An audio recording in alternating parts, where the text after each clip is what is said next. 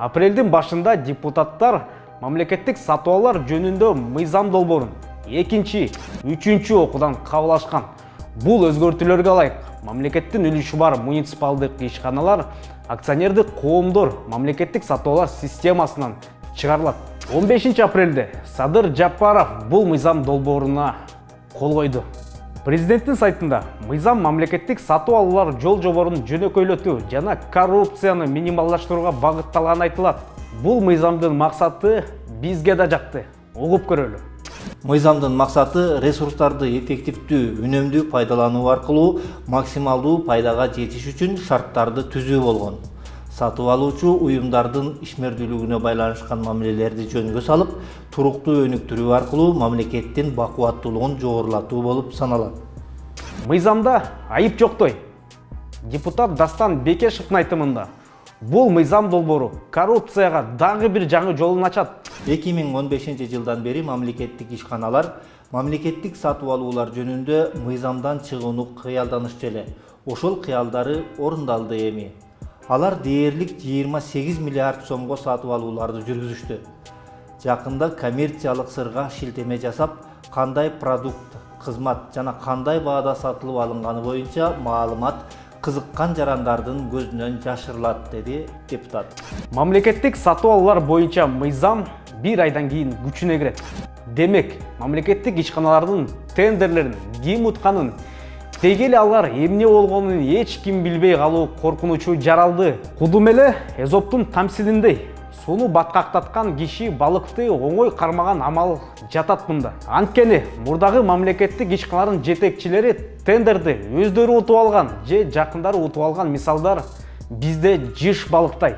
Кептин баары амалдуулукта. Маселен, бул КТЖнын мурдагы башкы директору Василий Дашков болгон.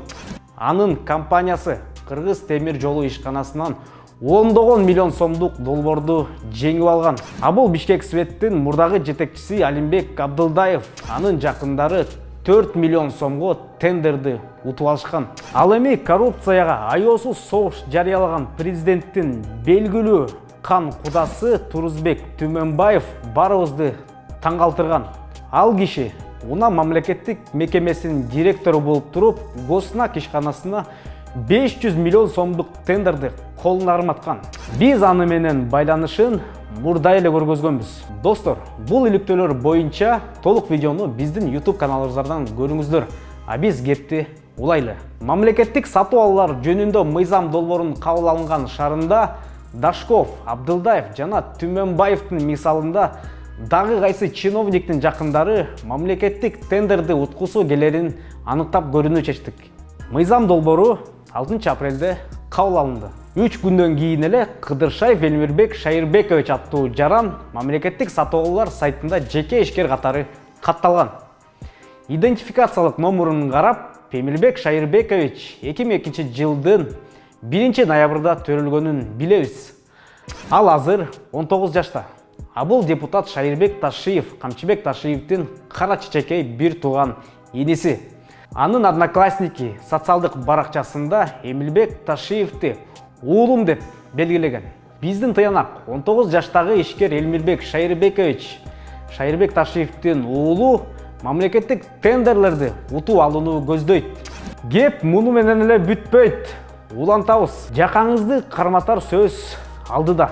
Урматтуу Темиров Лайф каналынын көрүүчүлөрү, иликтөөлөрүбүз мындан да кызыктуу жана масштабтуу болсун десеңиз, анда бизди Patreon'дон колдоңуз, коррупцияны бирге жеңебиз.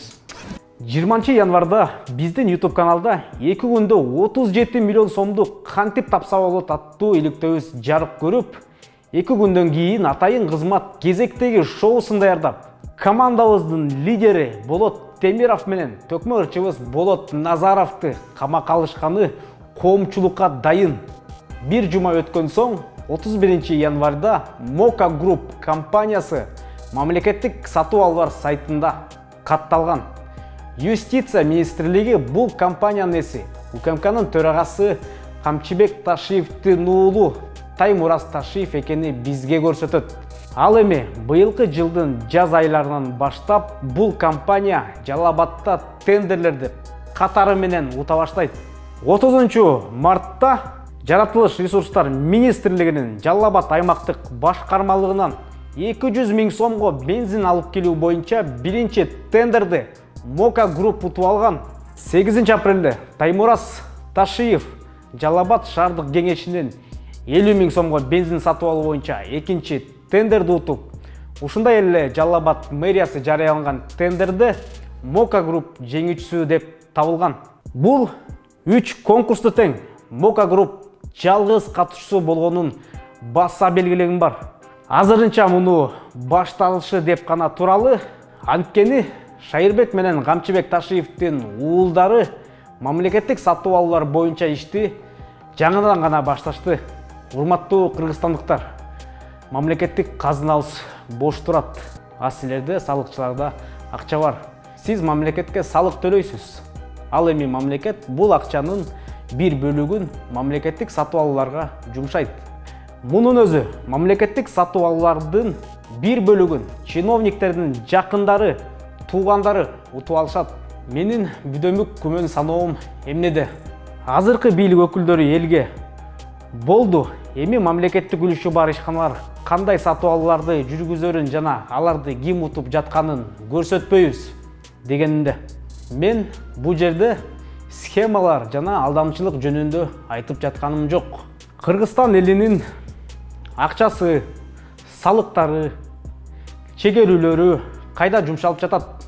Кандай тендерлер өтүп, аны ким утканын билүүгө толук укугубуз бар деп эсептеймин. Сиз кандай ойлойсуз? Пикириңиздерди төмөндөгү комментарийге калтырсаңыздар болот. А биз бийликтегилердин шектүү кадамдарын иликтөөнү уланта бермекчибиз.